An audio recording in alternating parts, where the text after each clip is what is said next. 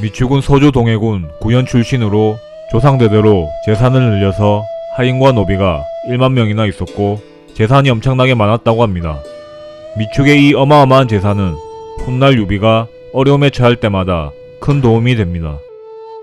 미축은 도겸의 별가종사로 있었는데 도겸이 죽은 뒤 그의 유언을 받들어 소패에서 유비를 직접 영접합니다. 이후 미축은 유비의 매력에 빠져들었는지 유비를 위해 간이고 쓸개고 다 빼주게 됩니다.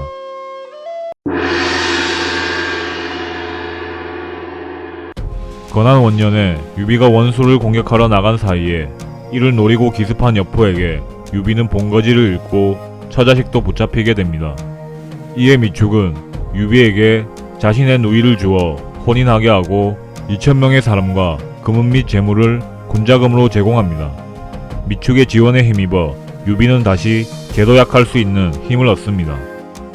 유비가 조조에게 의탁했을 시기에는 조조를 통해 영군 태수의 자리에 임명되기도 합니다. 조공집에 실린 조조의 표에는 미축은 매우 충성스럽고 성정이 곧으며 문무가 환히 빛난다 라고 적혀 있었습니다. 하지만 미축은 관직에 연연하지 않고 유비를 따라 돌아다닙니다.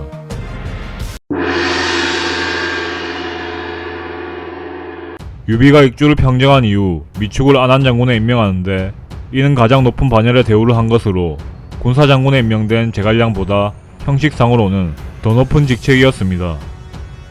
하지만 기쁨도 잠시, 불행하게도 자신의 아우였던 미방이 관우와의 사이가 틀어져 송건에게 항복하는 일이 일어납니다. 물론 이는 관우가 보급과 지원을 받지 못해 전투에서 죽게 되는 원인이기도 했습니다. 이에 미축은 두 손을 등 뒤로 돌려 묶은 채로 유비에게 찾아가 자신을 처벌해달라고 청합니다. 하지만 유비는 형제의 죄는 서로에게 미치지 않는다며 미축을 위로하고 타이르고는 변함없는 대우와 존중을 보여줍니다. 그러나 미축은 동생의 배신을 부끄러워했고 마음의 병을 얻어 몇 년 뒤에 죽게 됩니다.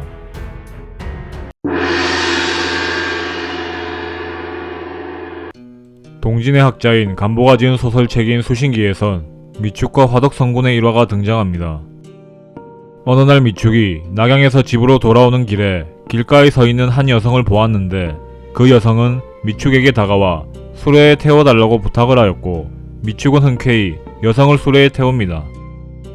수리쯤 이동한 뒤 여성은 수레에서 내려 사실 나는 화덕성군이며 동해에 있는 너희 집을 불태우러 가는 길인데 네가 나를 수레에 태워줬기 때문에 감동하여 이러한 사실을 알려주는 것이다 라고 말합니다. 미축은 그 말을 듣고는 자신의 집을 불태우지 말아달라고 부탁하나 화덕성군은 불태우지 않을 수는 없고 대신 나는 천천히 너희 집으로 갈 것이니 너는 빨리 집으로 가서 대처하도록 하라. 불은 한낮에 일어날 것이다 라고 대답합니다.